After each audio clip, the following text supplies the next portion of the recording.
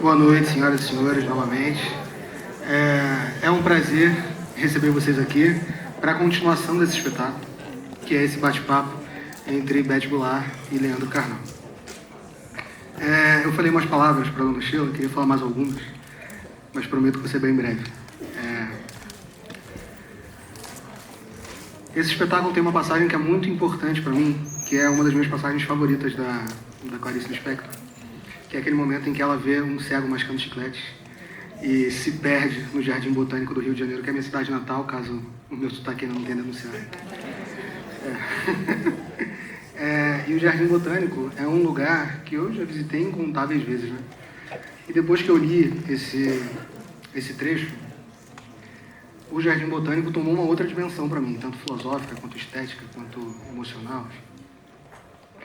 E a arte tem esse poder, né? De se ressignificar as coisas, tanto através dos seus próprios meios, quanto através do legado que ela deixa, sobre o qual eu acabei de falar, e com o que fica com a gente. E a gente tem por objetivo, por missão, aqui nesse teatro, de transformar esse num terceiro lugar, que é esse lugar que, além da sua casa e do seu trabalho, você frequenta com frequência, encontra as mesmas pessoas e discute a sua vida, discute a sociedade, que é o que o teatro é há tantos e tantos anos. Então a gente frequentemente tenta trazer esse tipo de ação para cá, para que a gente possa olhar para a gente, discutir a gente e se ressignificar através da arte. E quem melhor do que essas pessoas que estão aqui agora para fazer isso junto com a gente? Então é com muito prazer e com muita honra que eu recebo Beth Goulart e Leandro Carnal nesse palco.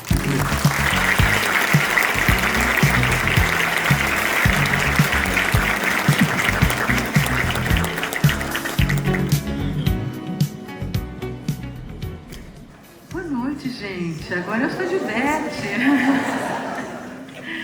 Primeiro, eu gostaria de agradecer muito essa oportunidade, agradecer muito a você, Carnal. Eu sou sua admiradora, amo tudo que você fala, acho que você é um mestre no que você faz. Como escritor, como dramaturgo, como um homem que pensa a vida, que olha para a vida com uma consciência e uma capacidade de absorver o que você vê e transmitir para nós, seu olhar, que é maravilhoso. Uma alegria imensa estar ao seu lado neste palco, nesse tempo da liberdade. E vamos conversar um pouco sobre Clarice, sobre o próprio teatro, sobre a vida, sobre o que nosso coração mandar. E vai chegar uma hora que a gente vai abrir também para perguntas, para a gente poder colocar vocês na nossa conversa, que fica sempre mais gostoso, quando a gente inclui todo mundo na nossa conversa. E aí o debate amplia, a gente vai sentindo novas ideias e novas possibilidades. Eu queria começar então perguntando para você, meu querido, como Clarice entrou na sua vida? Sente-se, fique à vontade. Obrigado, Beth. Vamos começar esse nosso encontro. Que honra voltar a esse teatro, que eu tive o privilégio de estar na inauguração. Que honra estar nesse espaço nessa noite. Ontem eu estive no teatro concorrente, que é o Safra. Da Viviane Mosé, em pleno Jogo do Brasil.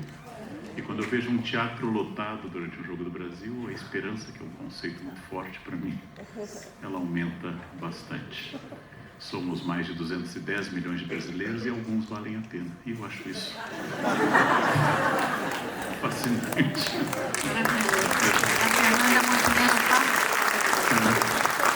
E a gente descobre a saúde de um país observando a saúde do seu teatro. É um espaço sagrado, como você diz, um culto a Dionísio, um culto sagrado. Pouca gente sabe, você me chamou de mestre, eu agradeço, mas eu sou doutor. Perdão. E o meu doutorado, casualmente, é sobre teatro. Né? Sobre teatro no século XVI, depois me especializei em Shakespeare. E a Beth não contou, mas eu vi essa peça no Rio há muitos anos. E a experiência entre aquele momento e este é maravilhosa, porque naturalmente o texto amadurece, o texto é gestado e se transforma. A Beth sempre foi uma grande atriz, filha de atores, que eu admiro até hoje profundamente. E aí somos aqui dois aquarianos falando de uma sagitariana, que é a Clarice. Eu não acredito em signo, porque os aquarianos são céticos. É uma característica de aquário ser cético, mas são dois signos de ar falando de um signo de fogo. E o fogo existe porque existe eu acho. Sim. E é fundamental, eu acho que Clarice veio a mim tardiamente. Eu era um amante de Machado, de Essa, eu era um amante de José de Alencar, de Shakespeare. Dostoiévski eu li muito cedo, mas as traduções do francês, feitas pela editora Globo, e achei fraquinho. Achei um texto bom, mas nada extraordinário. Quando eu fui ler Dostoiévski, como diz meu amigo tradutor de russo, Dostoiévski, quando eu fui ler traduzido do russo pela editora 34 a primeira vez, eu fiquei aterrado, era outro livro, era impactante. Aí você descobriu. Me transformou completamente. Eu gosto das mulheres escritoras. Pensem que Raquel de Queiroz nasceu em 1910 e publicou 15 aos 20 anos. E ficou uma primeira mulher a entrar na Academia de Letras, inclusive antes que a primeira mulher entrasse na Academia de Letras na França. Pioneira o Brasil, né? Mas Raquel morreu em 2003, com 92 anos, 93 incompletos. E o 15 ela fez, ainda mais jovem que Clarice, fez Perto do Coração Selvagem, em 43. Então imaginem Clarice, imigrante de uma dupla tragédia, uma tragédia de violências antissemitas na Rússia. Apesar da fama trágica ser da Alemanha, a França e a Rússia disputam o antissemitismo passo a passo. Eu diria que até hoje, infelizmente. E a Clarice vem para o Brasil e vem para o Nordeste, vem para Maceió, vem para o Recife. Ela é uma judia numa comunidade ortodoxa ucraniana, onde ela não tem consciência, porque sai muito cedo da Rússia, onde os episódios dos pogroms e das perseguições violentíssimas estão na memória da família. Tal como eu e a Beth, ela se torna órfã cedo de mãe e um pouco mais tarde de pai. E quando ela lança Perto do Coração Selvagem, esse verso extraordinário, ela, em 43, ano de Stalingrado, ano de batalhas de uma violência inaudíveis, as violências do século XX, ela muda toda a literatura do Brasil. Então, aqui ela se diferencia de outra mulher genial, que é a Raquel. Raquel fez um livro sobre o ciclo da seca, regionalismo, identidade nordestina, fabuloso, sobre a grande seca de 1915 e os campos de concentração ao redor de Fortaleza, naquela ocasião. Mas ela estava inserida num ciclo que vai desde o 15, a Vidas Secas do Graciliano Ramos e a todos os sertões anterior a tudo isso, do Euclides, a um ciclo de identidade regional. Meu estado natal, Rio Grande do Sul, a gente lia Érico Veríssimo, a gente lia Simões Lopes Neto, que ninguém conhece, contos gauchescos e outras histórias. Esse era o Brasil perguntando quem nós somos.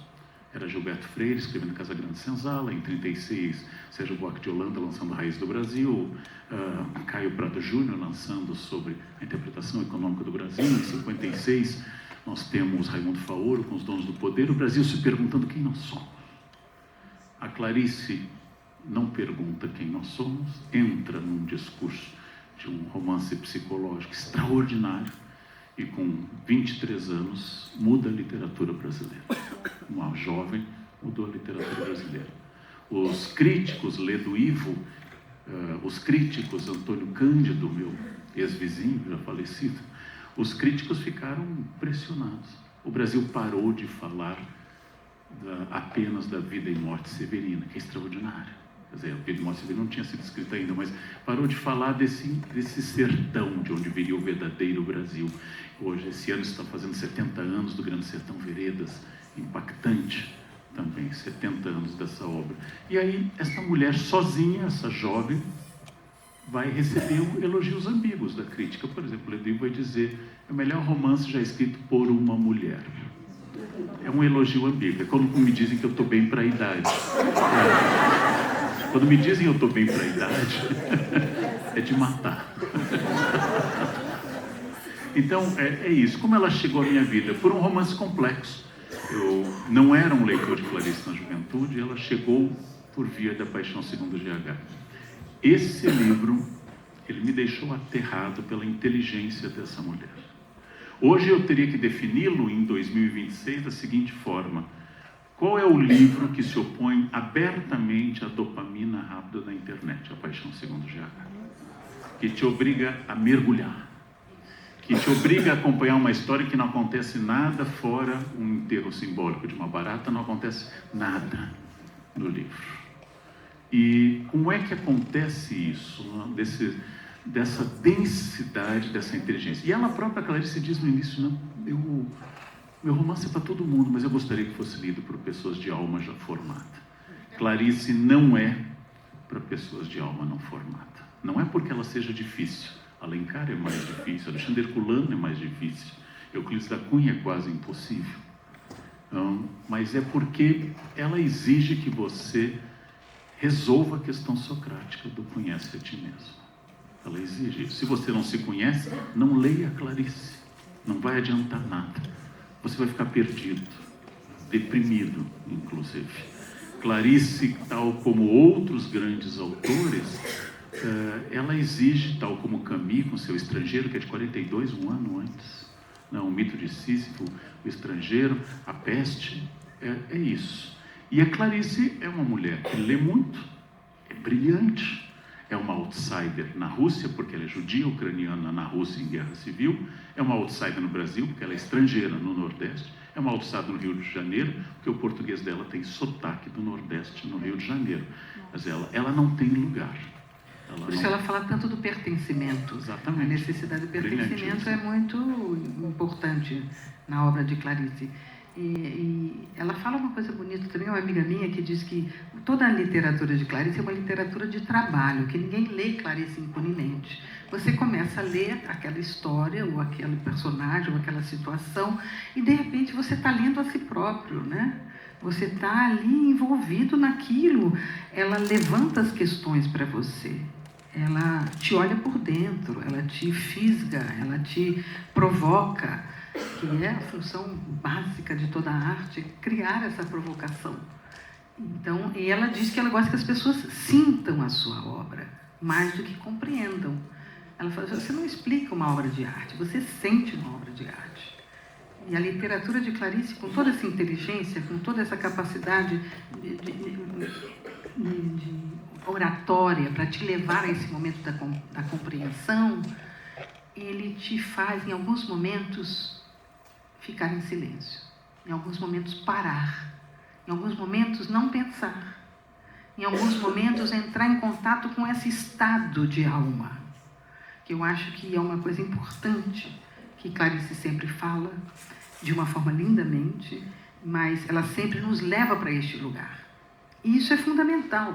Quando ela fala de personagens simples que estão à beira de uma transformação, de que vivem epifanias, a epifania é esse estado de alma que te joga numa outra dimensão, te joga numa transcendência do cotidiano, das coisas práticas, das coisas concretas da vida. Te levam para a sutileza, te leva para o sutil. Ela diz que gostaria de falar atrás do pensamento. Ela quer falar sobre o entre, ela quer falar sobre o mistério, ela quer falar sobre coisas do indizível, que vai nesse lugar do indizível.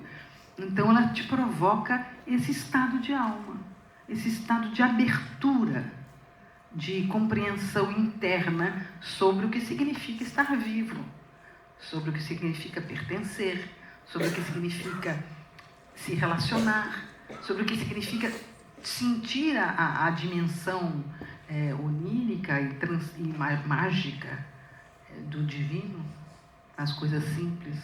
Então, ler Clarice é um convite, é uma provocação, não é? Para este lugar. É extraordinário porque, desde então, só para comparar a peça que eu vi, essa mesma peça há tantos anos no Rio, e que eu vejo hoje de novo, e você está usando o símbolo do infinito como adereço, é porque nesse ínterim entre aquela ocasião e esta, nós dois nos tornamos órfãos. Sim. E a vida se transformou para nós. Tudo. Primeiro, eu vejo que há pessoas com mais colágeno presentes que ainda têm paz. Outros, como eu, já estão mais avançados no reencontro final. Muda tudo quando você perde os pais. Você envelhece. Você envelhece quando perde pai e mãe. E você ganha um sentimento de finitude e um sentimento de limite muito grande. Você passa a ser a geração mais velha. Os enterros passam a ser contagens regressivas. Você vai indo cada vez mais a enterros, é um dos marcadores da idade. Agora que eu pertenço a várias instituições com pessoas de idade, eu sinto esse marcador. E o que eu senti nisso? A Beth continua com o perfeito domínio do espaço do palco, palco que ela se ajoelha e beija antes de entrar em cena. O perfeito domínio da voz, desde imitar essa dicção estranha da Clarice, até encarnar as personagens, desde a Joana, do Coração Selvagem, a primeira, que, tal como o Apanhador nos Campos de Centeio, mas em outra corda, deveria entusiasmar muito os adolescentes. Este é um livro que os adolescentes vivem, porque ela também está se perguntando o que fazer, liberdade, tal como o Apanhador nos Campos de Centeio. Foi quando eu a conheci. Eu conheci Clarice na minha adolescência. E para mim foi fundamental ler Clarice. Na minha ela não era nascida. Não é. Para mim foi transformador. Foi ali que ela me fisgou, me convidou, ali criamos essa conexão de almas. É bonito, né? Porque se os adolescentes lessem jovens lessem alguns livros de adesão ao mundo maior de buscas, como O Lobo da Estepe, por exemplo, do Hermann Hesse. Mas a Clarice, quando leu O Lobo da Estepe, teve febre. Você sabia? Porque é extraordinário, né? É um livro extraordinário. Desde os livros de aventuras, A Ilha do Tesouro, do Stevenson, Robinson Crusoe, o Gulliver, esses romances fundacionais ingleses ou outros, eles mexem com as pessoas. Um grande amigo meu, e foi meu terapeuta por 10 anos, o Caligares, disse em um livro recente, póstumo dele, que hoje, se ele tivesse que entrevistar um candidato à presidência, ele perguntaria: que livro o senhor está lendo? Isso derrubaria a maior parte dos candidatos à presidência. E como nós temos democraticamente a chance de escolher a cada 4 anos entre Lúcifer e Satanás, e assim uma escolha bonita que a gente pode fazer, ao perguntar que livro você está lendo, e não o programa comprado de um marqueteiro sobre educação com frases grandiloquentes, eu vou entender essas coisas. Por exemplo, Clarice é tradutora de francês, de espanhol e de inglês. Ela morou em muitos lugares, inclusive numa Nápoles recém-libertada do domínio fascista, e logo em seguida a tentativa nazista de resistir no centro da Itália. Ela morou em lugares muito variados e foi uma grande tradutora. Além de ter capacidade de comunicação em íris, por exemplo, além de ser naturalmente uma grande dominadora da língua portuguesa. Ela conseguiu se aproximar dessa literatura de outra forma. Comparem um livro de 1857, são As Flores do Mal, do Baudelaire, onde há um poema horrível, que é Une Charogne, uma carniça. Um dos poemas mais terríveis do 19. Um casal está andando com a estrada, faz aquele calor insuportável de Paris, do verão, e eles encontram um cachorro apodrecendo e os vermes fazendo o animal se movimentar pelo movimento tanto do metano quanto dos vermes. E o homem poético diz: rappelez-vous, ma vie, ou seja, você não se lembra, minha querida, daquele cão apodrecido que encontramos? E começa a dizer, e a mulher está horrorizada, e ele acaba dizendo: por que você se horroriza se você também ficará assim em breve? É uma caminhada romântica. A conversa dos coveiros em Hamlet, né? Os dois coveiros discutem sobre um advogado, sobre Yorick e sobre o enterro futuro da Ofélia, e são, segundo meu ex-professor Harold Bloom, as únicas personagens que enfrentam o Hamlet. Em toda a peça, só 2 personagens enfrentam. O coveiro número 1, que é irônico. Mas voltando, a Clarice recupera isso no Rato Morto. É uma citação de Une Charogne, só que ela vai mais longe do que Baudelaire. Porque Baudelaire quer épater la bourgeoisie, ele quer escandalizar a burguesia. Na época que a burguesia lia, ela tinha que ser escandalizada. Houve um tempo, vocês não sabem, os jovens, houve um tempo que a burguesia lia, ia a lançamento. Faz muitos séculos isso, né? Exposições. Havia o salão dos refugiés, havia o salão dos recusados. Havia choques, não admito esta arte, né? Houve um período anterior a TikTok que não se farmava aura. Não se farmava aura. Se você não sabe o que é isso, parabéns, a esperança. Eu preciso entender que a Clarice vai mais do que ele. A Clarice não está fazendo nenhuma literatura de classe, ela não está fazendo um manifesto político.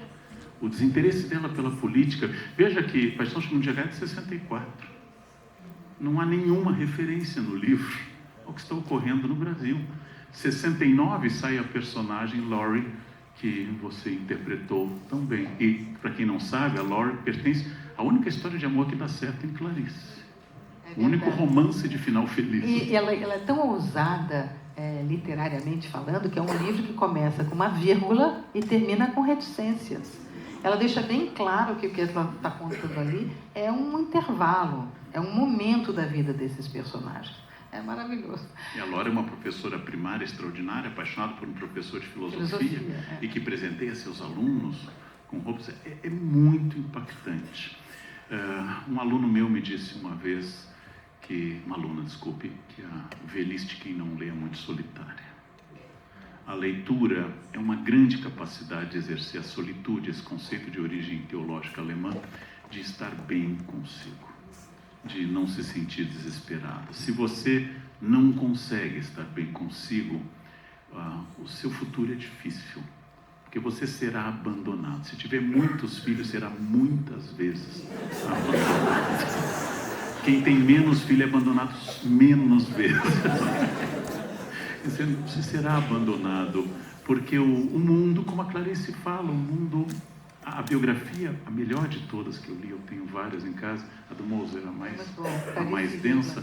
O Moser fala do que é essa mulher com grande dificuldade social, provavelmente neurodivergente, pela sua capacidade de foco e sua inteligência criativa, e provavelmente uma mulher com uma timidez patológica, que mistura uma melancolia russa, que aparece de Chagall até a música russa, uma melancolia estrutural, uma melancolia de angústia absoluta. Entre Beethoven e Debussy, né? Exatamente. E é absolutamente impactante que essa mulher, segundo Mozart, foi convidada para um jantar no Rio, capital da República, e o anfitrião decidiu. Isso acontece muito quando se convida alguém famoso, você convida mais gente para ver na sua casa a pessoa famosa. Me disseram isso, que isso acontece. Passa lá em casa só a gente, chega lá, tem 30 pessoas para lhe conhecer. Mas a Clarice foi para um jantar, segundo Mozart, e tinha um outro casal. E ela, furiosa, disse: você não me falou que era uma festa? Porque para ela 4 pessoas era uma festa. Clarice era de petit comité. Mas deixa eu contar uma coisa bonitinha que aconteceu numa dessas festas, num desses encontros. Ela encontrou Guimarães Rosa. E aí ele começou a falar coisas muito bonitas. Ela falou assim: desculpe, de quem é esse texto? Ele falou: Clarice, é seu. Mas você sabe meu texto de cor? Clarice, eu leio você para a vida. É lindo, né? A memória do Guimarães como médico e diplomata era famosa, né? Para conseguir guardar de cabeça essas histórias. Acabei de participar do lançamento, o relançamento do livro do Diário do Grande Sertão, da Bruna Lombardi, na feira do livro, em que ela recupera essa série. Sim. Os jovens também não sabem. Houve um momento que na televisão tinha séries. Sim, esse é uma noite de revelações. Séries em cima de literatura. Literatura. Eu tenho idade, gente, para ter visto às segundas à noite uma série chamada Aplauso com o Ziembinski. O Ziembinski era um ator de origem polonesa que veio para o Brasil e fez o Capote na televisão. O conto que quase funda a literatura russa, né? E essa extraordinária mulher, é claro, tem um custo isso. Tem um custo a genialidade. É melhor falar da Clarice, talvez até, do que estar junto a ela, porque ela é uma mulher angustiada, ela é uma mulher blindada, é uma mulher que depois do incidente, do incêndio, e tendo parte do corpo queimada, a depressão dela disparou. E depressão nessa época era tratada como melancolia, não era vista como uma condição psíquica. E a psicofobia existe até hoje, imagina, uns 50, 70 anos, a psicofobia. Somos compreensivos com a difteria e com a coqueluche, e incompreensivos com a depressão, que atinge mais mulheres do que homens, atinge mais mulheres a partir da meia-idade. A época de Berna, quando ela morou em Berna, foi muito difícil para ela. Mas Berna é difícil para qualquer ser humano. Sim. Berna deprime qualquer ser humano. Então, ela estava longe das irmãs, ela estava longe Da do civilização, Brasil. está longe do mundo. Aquela cena que tem na peça, que eu faço sentadinha aqui, que ela faz do vazio, da solidão, que eu tanto preciso, às vezes é insuportável. Eu tirei das correspondências de Berna. Né? E é isso, ela traduzia esses momentos difíceis. Você sabe que a Maria Bonomi, quando ela assistiu de novo agora, 10 anos, 17 anos depois, mas lá atrás, na primeira versão, ela foi assistir, junto com Benjamin Moser, inclusive. E aí ela me falou assim, mas a Clarice não era tão alegre como você colocou em cena, não era tão luminosa assim. Eu disse, mas essa é a minha Clarice. Essa é como eu vejo Clarice. E Clarice é uma autora que permite múltiplos olhares. Isso só os grandes autores nos permitem ver, sentir de maneiras diferentes. Cada um tem uma compreensão daquelas palavras e daquele momento. E isso, quando você relê em outro momento, terá outra compreensão. É quase infindável. Isso é como Shakespeare, né? Quando você lê, relê, ele dialoga com o tempo da sua vida. O que está acontecendo na sua vida naquele momento? E aí aquele texto tem a ver com o seu momento de vida. Isso é incrível, né? Toda obra clássica, e Clarice é um dos clássicos da língua portuguesa, é uma obra aberta. Eu gostaria de um dia de assistir uma pessoa com a sua prática e seu talento, Beth, fazer a Macabeia. Porque a Macabeia quebra com todas as mulheres de classe média, brancas, cultas, que dominam Clarice. E a Macabeia é a cartomante de Machado de Assis, vista, quer dizer, ela surgiu ali para desmontar a ideia metafísica, a pretensão metafísica de previsibilidade e falar de contingência. E a Macabeia, que é, na prática, mas na prática é o texto final dela. Sim, totalmente. É o livro mais social dela, inclusive. E aquele que se coloca sempre para o vestibular, para o Enem. Por quê? Porque é curto, porque é direto, tem uma história, tem um final, não vou contar o final. Porque uma vez numa escola eu contei que Jesus tinha ressuscitado, eles falaram, não conta o fim, não conta o fim. Então eu não faço mais spoilers sobre a Segunda Guerra, sobre a Primeira Guerra.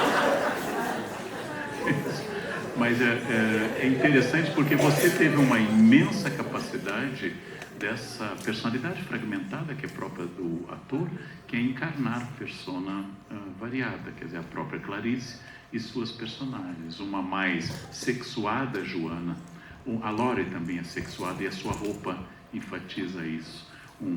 Ligeiros gestos, mudanças de entonação e os contos que você trouxe também. Sim, nos 4 contos, É o que, de alguma forma, me perguntaram sobre a dramaturgia, você é dramaturgo também, vai poder entender e analisar isso melhor ainda. Me perguntaram, mas como é que você construiu isso? Eu falei, olha, foi uma colcha de retalhos, eu fui pegando pedaços e juntando pedaços e seguindo temas, seguindo ideias. Eu peguei os personagens, eu escolhi os personagens que de alguma forma tivessem alguma ligação com a vida de Clarice, e com a minha própria vida. Eu confesso que nesse trabalho eu me revelo tanto quanto a própria Clarice, porque foi como se a Clarice me chamasse num canto e falasse assim, confia, vai, faz, use a sua linguagem, me traduza de alguma forma com o seu olhar. E aí, nesse olhar, eu fui em busca então de conexões com a própria Clarice. Bom, Perto do Coração Selvagem foi o primeiro livro que eu li de Clarice, foi o primeiro livro que ela escreveu. Ok, já estava separada da Joana. Né? Ana, do Conto Amor. Ela casou, teve filho. Eu também vivi essa experiência. Também casei, tive filho, também separei, ela também separou. Ok, está separada. A Lore, do Conto Amor, eu acredito muito no sentimento do amor. Eu venho de uma família extremamente amorosa, quase como símbolos, né, desse sentimento. E eu realmente acredito nessa fonte transformadora do ser humano. E acho que o amor é um dos temas prediletos da Clarice.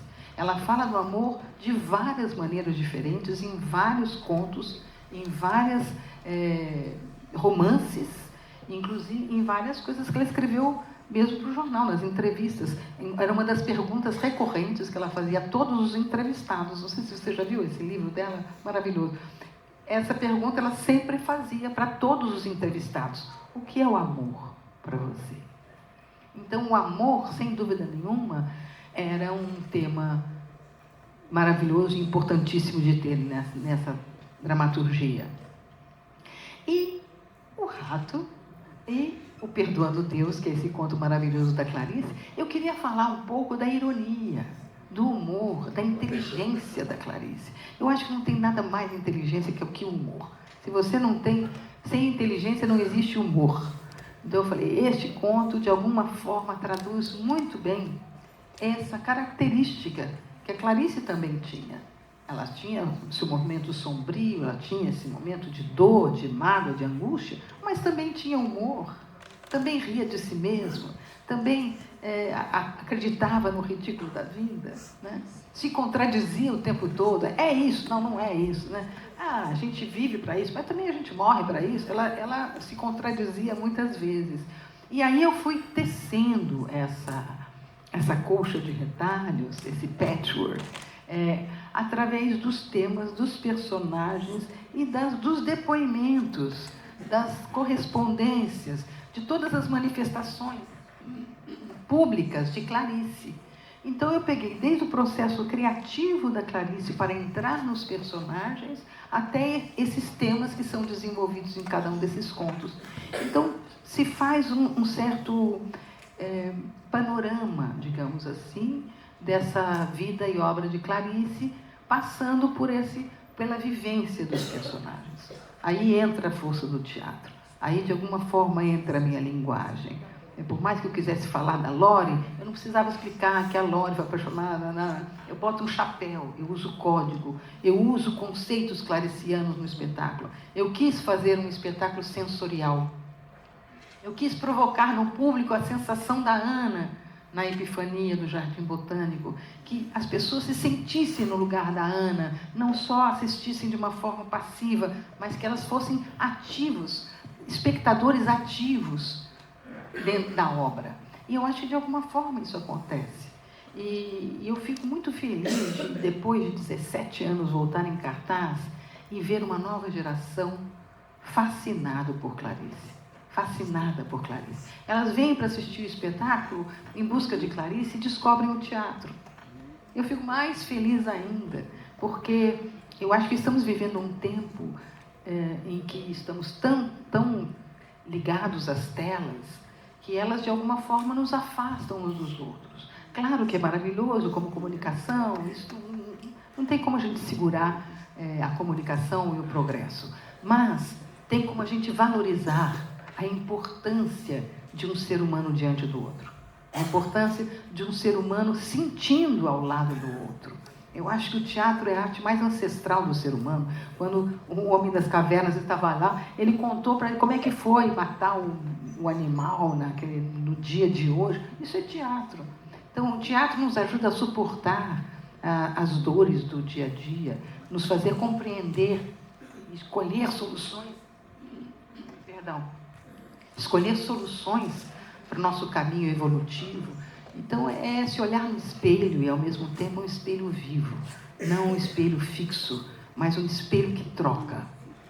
Né? É um espelho para os dois lados. Não sei se isso existe. Existe, acho que a metáfora desse Spiegel, desse especulum, que seja ambidestro, é uma boa metáfora. Eu gosto mais de vinho do que outras bebidas. Na prática só tomo vinho, porque se eu compro uma caixa de vinhos na minha casa, cada garrafa da mesma safra, da mesma uva e do mesmo lugar é diferente da outra. Isso é maravilhoso. O vinho é uma bebida viva, enquanto algumas bebidas industriais, um pouco menos cheias de arte, como Fanta, se eu tomar 10, as 10 são iguais. O que eu amo no teatro como arte é que se eu observasse esse mesmo espetáculo em outra noite, com outro público, seria diferente. Seria diferente. Porque a atriz depende também da interação subjetiva do público. Vocês foram um público de discretas risadas. inclusive em momentos dramáticos, não? Porque tem uma certa graça ambígua no momento dramático. Não? E é isso. Quando a Clarice fala, tem 2 momentos que ela fala de interação com a natureza. Um é a Ana no Jardim Botânico sozinha. Hoje eu teria medo dela, coitada, entrando no Jardim Botânico sozinha, mas era um outro rio jovem. Podia ser assaltado. Houve outro rio. E ela, por isso, e tem um texto feito pela minha amiga, quer dizer, pela Clarice, mas interpretado pela minha amiga Maria Fernanda Cândido, que fez aqui em São Paulo, acompanhada de um piano, Crônicas da Clarice. E fez o mesmo espetáculo que eu vi em janeiro desse ano em Paris, em francês, outra Clarice. O diretor brasileiro enfatizou as sombras da Clarice, o diretor francês enfatizou a luz da Clarice. Mas tem um texto que a Maria Fernanda escolheu, menos conhecido, uma crônica, que é o Banho de Mar, em que a Clarice entra no mar e muito feliz e muito entregue. Eu sou gaúcho, quer dizer, eu acho bonitas todas as praias do mundo. Esse é um dos privilégios dos gaúchos. Depois você sai do Rio Grande do Sul, todo o litoral do planeta Terra é lindo. Você se emociona em Santa Catarina, chora nos outros lugares. Esse é o privilégio de ter sido gaúcho. E a Clarice entra no mar do Rio de Janeiro, que é uma praia diferente do Rio Grande do Sul, que é sedimentar no Rio Grande do Sul. No Rio de Janeiro seria a praia de Tombo, mais violenta, mais próxima, e ela se dissolve na natureza como a Ana se dissolve no Jardim Botânico. E vendo aquelas árvores exóticas que a Lota tinha trazido para o Aterro do Flamengo e também para o Jardim Botânico, quando a Lota fez o Aterro do Flamengo com aquelas árvores únicas, nenhuma brasileira. Era uma outra época, um outro momento. Ela valorizou as matas do mundo, menos a do Brasil, e era uma mulher genial. E isto que faz a Clarice dela com a natureza é de um Flaner, aquela personagem do 19, que já falei de Baudelaire, que anda e observa o cego, anda e observa o rato, anda e observa o mar, o Jardim Botânico. Isso nós perdemos porque as pessoas, quando andam no Uber, elas observam a tela, e elas passam a tela, elas não veem mais o que acontece ao redor, e vão se tornando tecnicamente blindadas para o mundo. O grande problema, se a cultura é o invólucro e a vida é a água, nós fomos enfatizando demais o invólucro, citando indiretamente o texto de 1930 de Freud e o mal-estar na civilização, nós fomos enfatizando demais o invólucro. E nós somos muito invólucro hoje. Por isso que Clarice continua sendo revolucionária, absolutamente revolucionária, junto com outras revoluções. Pode ser Carolina de Jesus, com o Quarto de Despejo, outras revoluções, outras angústias, outros dramas femininos, masculinos. Ratos remete a Dionélio Machado, também os ratos remetem a toda essa literatura angustiada, mas que mostra uma humanidade inteligente, sensível, capaz de se projetar em personagens. E o mesmo Caligares que eu citei dizia: o bom terapeuta é um bom leitor de literatura de ficção, porque ele tem que se projetar no personagem, ele tem que acompanhar personagens malévolas, personagens bondosas, personagens ingênuas, como a Macabeia, por exemplo. Ou seja, eu preciso disto, senão eu perco a humanidade. E hoje nós perdemos muito a humanidade, perdemos muito dessa capacidade de projeção da literatura. Eu fiz um projeto de vida nesse momento, de reler clássicos, que eu tinha lido ou em outra tradução, ou agora. Então, acabei de reler Ana Karenina, né? É aquele livro bom para tríceps, aquele que você segura e o braço define. É um livro pesado. E sempre relendo e redescobrindo, mesmo Shakespeare que eu leio há décadas, e pensando: nossa, é isso o bonito de ver um espetáculo anos depois da Beth, ver essa noite, ver essa sala lotada com pessoas em torno de uma autora absolutamente genial, absolutamente universal, traduzida para dezenas de línguas. A Clarice é a autora brasileira com mais teses pelo mundo. As pessoas se apaixonam por Clarice e vão estudar português para poder aprofundar essa paixão. Isso aconteceu com Benjamin Moza, com Claire Varin, também, que escreve Línguas de Fogo, um belíssimo livro sobre Clarice. E ela, foi a tese dela, e ela aprendeu português para poder aprofundar essa linguagem que Clarice nos proporciona, né? É muito bonito, por exemplo, o conto Amor, ela é conduzida por um cego, né? Então, aquela frase, o amor é cego, ela colocou literalmente no conto. Né? Tem esse humor também, essa inteligência. O fato é que os grandes poetas fundacionais, como Homero ou Milton, eram cegos também. Então, essa ideia de que o grego que não tem força para ir à guerra vai se dedicar à literatura. Ele não pode empunhar uma lança, ele vai compor um poema. E eu preciso sempre advertir as pessoas que estão nessa jornada de descoberta de Clarice ou de qualquer outro grande autor, Thomas Mann, que tinha mãe brasileira, por exemplo, que se você ler muito, vai acontecer uma coisa negativa com você. Você vai ficar mais exigente com as pessoas. E não é qualquer rave que vai lhe agradar. Então, quem quer se diluir na plateia, no mundo, nas grandes movimentações, quem quer berrar algum slogan na Paulista, não deve ler. Porque você começa a perceber, você vai ficando ridículo. Então, se você entra nesse mundo da leitura, saiba, é um caminho sem volta. É um caminho sem volta. Você ganha muita coisa, mas você descobre pessoas que leem também. Eu tenho uma experiência, a segunda vez que eu fui a Veneza, peguei um trem para Milão, na estação Santa Lucia, né, para Milão. E havia um casal americano e nós começamos a falar de Morte em Veneza, do livro e do filme. Eles, como eu, tinham mais idade, tinham visto o filme e conheciam o livro. Nunca tinha visto aquele casal. E através da experiência desse lugar, onde morreram pessoas extraordinárias, como Wagner, como Stravinsky, que está lá até hoje, essas pessoas, você fica descobrindo que você tem conexão com um casal de Upper Michigan. E isso é extraordinário. Cria um sentimento de humanidade acima das idiotices nacionalistas, por diferenças religiosas que nos separam, e você se descobre um leitor como aquele casal. Eu não me lembro do nome, talvez eles estejam me citando em Michigan nesse momento. O espírito ao contrário. Não, espírito ao contrário. Mas acho que a gente pode abrir. O que você acha? Sim, para perguntas, acredito que sim. Alguém poderia segurar o microfone? Como a gente só tem 2 microfones, então eu vou ceder o microfone para alguém que quiser perguntar, e conforme for a pergunta, a gente...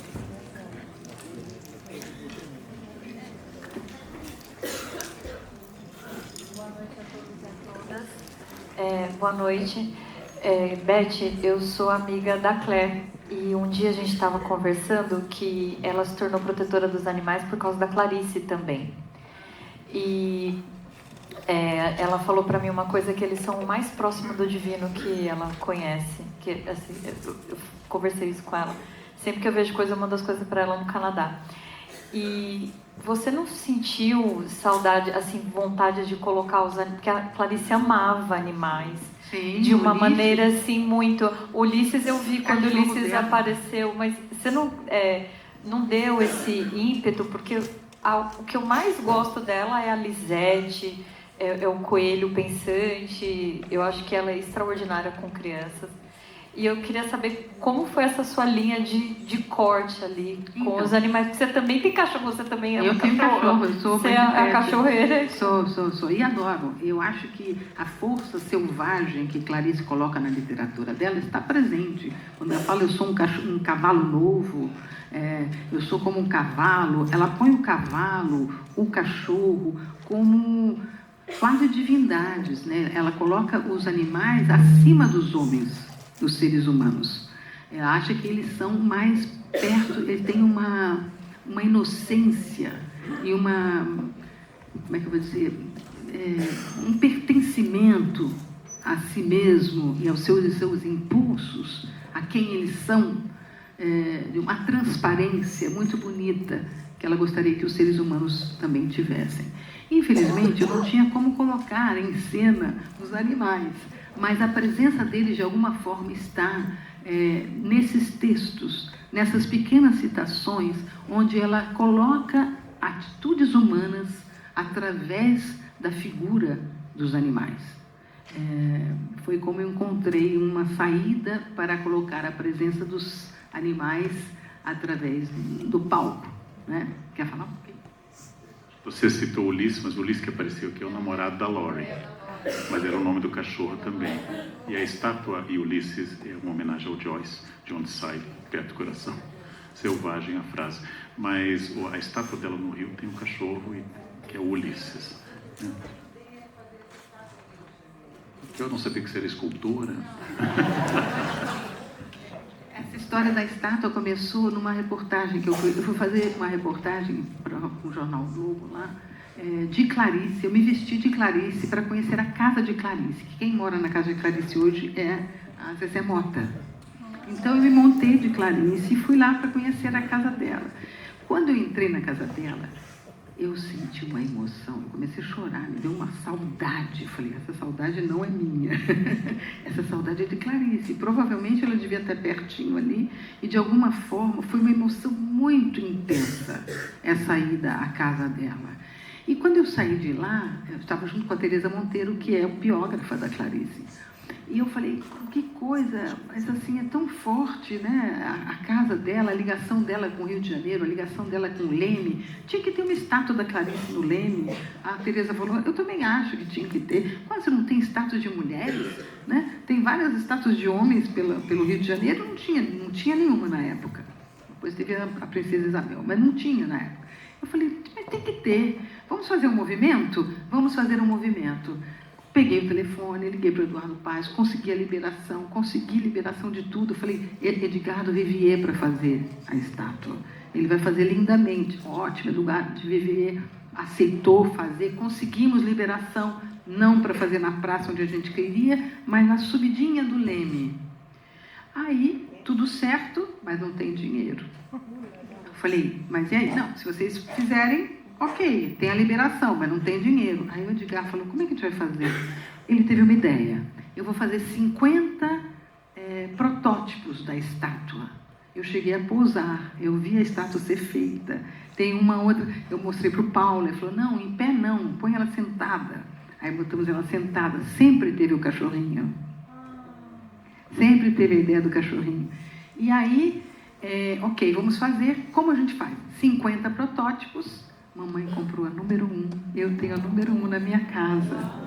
E participamos, conseguimos vender 50 estátuas e com esse dinheiro foi feita a estátua de Clarice. Está lá a homenagem a Clarice até hoje e até sempre, porque é sempre uma oportunidade maravilhosa das pessoas lembrarem quem foi Clarice. Ficarem ao lado dela, sentarem ali do ladinho dela, sentir a brisa do mar, a força do Rio de Janeiro na obra de Clarice e dar, quem sabe, ler um pouquinho mais de Clarice.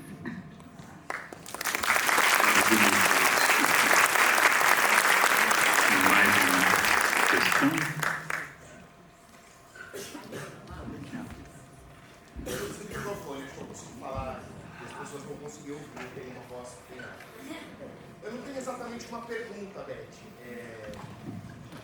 Na verdade, a pergunta que eu ia fazer, você já acabou respondendo. Você está me ouvindo? Eu te ouvi. Se precisar falar Você tem alto. uma boa dicção, estou lhe ouvindo. Tá, obrigado.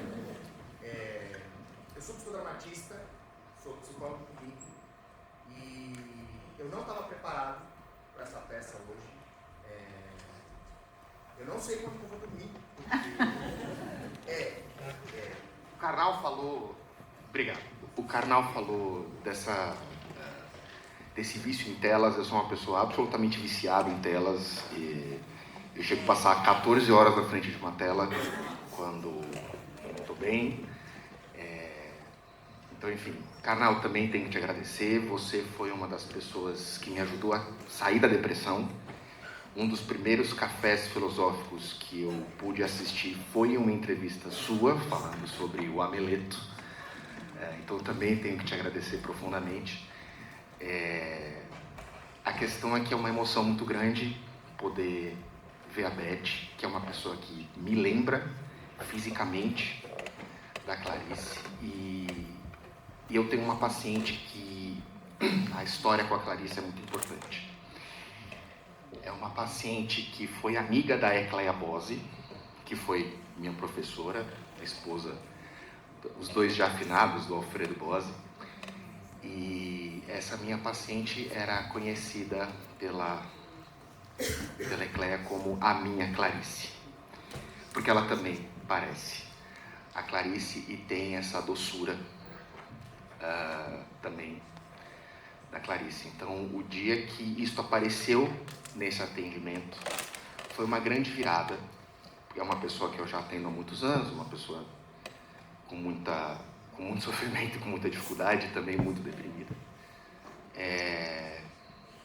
E esse tipo de encontro me coloca de novo com força e com vontade de viver, porque às vezes as coisas são muito difíceis, principalmente quando você tem o vício em telas, né? Quando você passa muito tempo da sua vida se comparando às outras pessoas.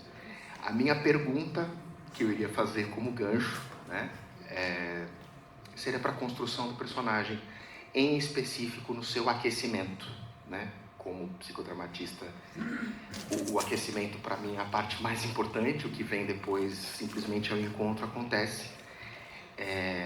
Eu fiz teatro amador quando eu era criança, adolescente, e o momento de me vestir, de me maquiar e ver as outras pessoas chegando, o outro me aquecia muito. Carregar um monólogo é uma pancada. Como é que é isso? Como é que é chegar? Como é que é se aquecer? Como é que é ver a Clarice? Vou te contar. Como é que é isso? Obrigado. Primeiro, muito obrigada. Obrigada pela sua presença e que bom que você veio ao teatro. O teatro vai te ajudar a se afastar um pouquinho das telas, lembrar um pouquinho das pessoas, sentir essa energia, vai te fazer bem. Eu chego 3 horas antes. 1 hora eu aqueço o corpo e aqueço voz. Eu preciso estar com o meu corpo aquecido, não só em termos de temperatura, mas aquecido, acordado. Eu preciso estar com a energia centralizada, sentir a energia do chão, do céu, a energia do espaço, me conectar com essa... Aliás, eu tenho um dos exercícios que eu falo assim, eu entro em conexão com a energia do espaço. Então, sentir o espaço, me colocar pronta, ativa, para poder vivenciar Clarice. Eu uso meu cabelo, então são 2 horas para me preparar para fazer Clarice. Enquanto eu estou secando o cabelo, que eu molho o cabelo, enrolo o cabelo, seco o cabelo, eu passo o texto inteiro da peça, todos os dias. E aí, quando eu estou pronta já, porque eu acho importante o momento da maquiagem para o ator, nesse processo em que eu estou fazendo o cabelo, que eu passo o texto, aí depois que sai o cabelo, eu fico sozinha fazendo a minha maquiagem, eu vou me conectando a Clarice, eu vou colocando foco para Clarice, eu vou deixando a Beth de lado e me preparando para me entregar totalmente a esse universo. Aí eu já estou pronta, já estou com maquiagem, já estou com roupa aqui, já estou com microfone, eu fico meu tempinho ali atrás. Eu faço as minhas orações, eu faço a minha conexão, que eu seja inspirada hoje, na noite de hoje, que as pessoas saiam diferentes do que como chegaram, que eu seja inspirada nas palavras do final do espetáculo. Muitas pessoas acham que eu falo um texto decorado, mas não é. Eu estou sempre aberto para um texto que virá de acordo com as pessoas que estão naquela noite. Como conseguirei saber do que nem ao menos sei? Assim, como se me lembrasse. Nunca nasci, nunca vivi, mas me lembro. E a lembrança é em carne viva. Isso aconteceu porque eu precisava fazer a doação dos livros todas as noites. E por conta disso eu comecei a falar um pouco da literatura de Clarice e eu fui deixando o meu coração ser instrumento da comunicação necessária para aquela noite. E você sabe que muitas pessoas me dizem, o que você falou hoje foi para mim. Eu precisava ouvir aquilo esta noite. Eu comecei a ver que isso era uma comunicação muito sensível, delicada. Acho que nós, artistas, de alguma forma, temos uma conexão, assim, somos meio antenas, a gente capta um certo inconsciente coletivo e transmite mensagens. Somos realmente instrumentos para isso. essa mensagem às vezes sai, eu não sei por que eu estou falando sobre. Às vezes eu falo sobre o perdão, às vezes eu falo sobre a liberdade, às vezes eu falo do respeito, às vezes eu falo do amor. Eu sempre falo do amor. Sempre estará presente a importância da literatura. Mas alguma coisa naquela noite talvez seja diferente. Talvez seja para aquela pessoa que está ali, que precisa daquela mensagem. Eu acho isso muito bonito, eu acho que isso faz parte do meu trabalho, tanto quanto o texto de Clarice. E eu deixo o livro aberto para as pessoas poderem escrever, exercitar suas palavras, dizer o que acharam, o que pensaram. Muitas das mensagens falam assim: eu adorei o espetáculo, mas o que você falou no final do... É tão engraçado porque a gente não espera isso. A gente não faz com essa intenção. A gente só serve. Eu acho que nós, artistas, servimos a nossa sociedade. Servimos a nossa humanidade de alguma forma. Somos canais, somos instrumentos, somos captadores, somos pessoas sensíveis que de alguma forma conseguem trazer para uma linguagem um tipo de comunicação. Porque a nossa arte não vive sem vocês. Ela vive no outro. E isso é muito especial, muito diferente. Claro que tem um trabalho de dramaturgia, de escrito, que eu posso fazer separado. Mas aqui, o meu trabalho como atriz de teatro é instrumento das palavras. Instrumento da força transformadora que essa arte nos propõe.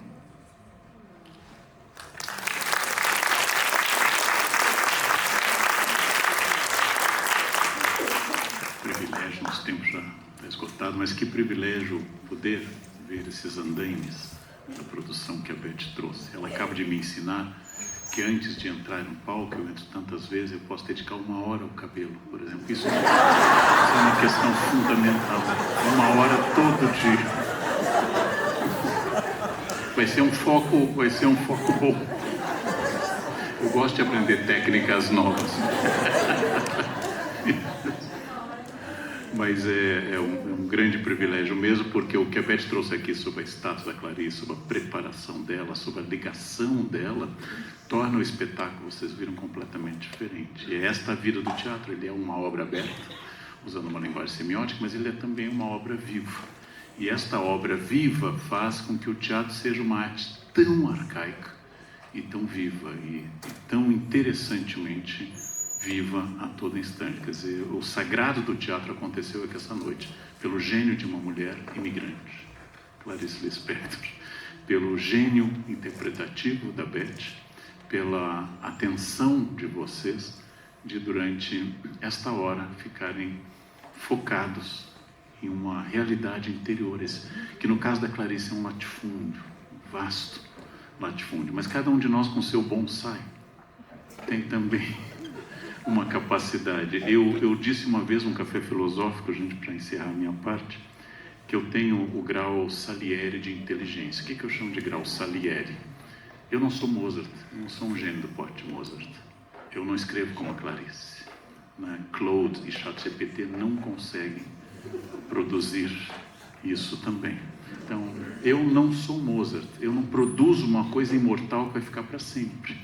Né? Mas eu não sou suficientemente estúpido para achar que Clarice é difícil, que aquilo que eu não entendo é ruim, complicado ou enrolado. Porque as pessoas muito simples, quando não entendem um texto, elas dizem é complicado e enrolado. Essa é a pessoa muito simples. E a pessoa muito sofisticada, como Mozart ou Clarice, produzem isso. Eu estou no meio, eu sei que ela é um gênio, eu não consigo escrever igual. É uma dor e ao mesmo tempo uma consciência, é o grau de saber que há muita gente acima da gente. Mas quando eu entro na Sistina, ou vou ao museu, ou vejo, por exemplo, artistas como Rothko, que é um dos meus preferidos, quando eu vou para ver os murais do Rothko lá no museu na Tate, em Londres, eu pensei, eu não consigo pintar, eu não consigo escrever como Clarice, não consigo pintar, não consigo compor como a nona de Beethoven, mas eu sou o mesmo material humano do deles. E isto me anima muito, isto me agrada muito. Né? Somos capazes de coisas lindas, como esta noite que eu fui convidado para talvez falar, e falei, mas eu fui convidado para aprender. E essa noite eu aprendi muito com a Beth, com as perguntas e com a Clarice. E dá muita vontade de reler Clarice. Inclusive, uma coisa que eu li só uma vez são os contos eróticos dela. Eu li só uma vez, né? É um erotismo ucraniano. Não é Nelson Rodrigues. É um erotismo diferente e muito interessante. Mas obrigado pelo convite, Pedro. Eu agradeço a todos vocês.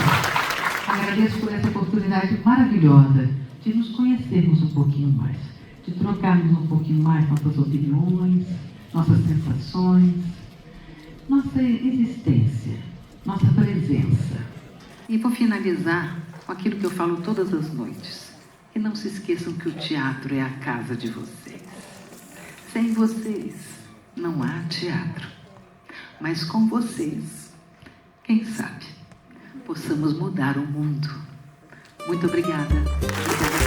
Obrigada.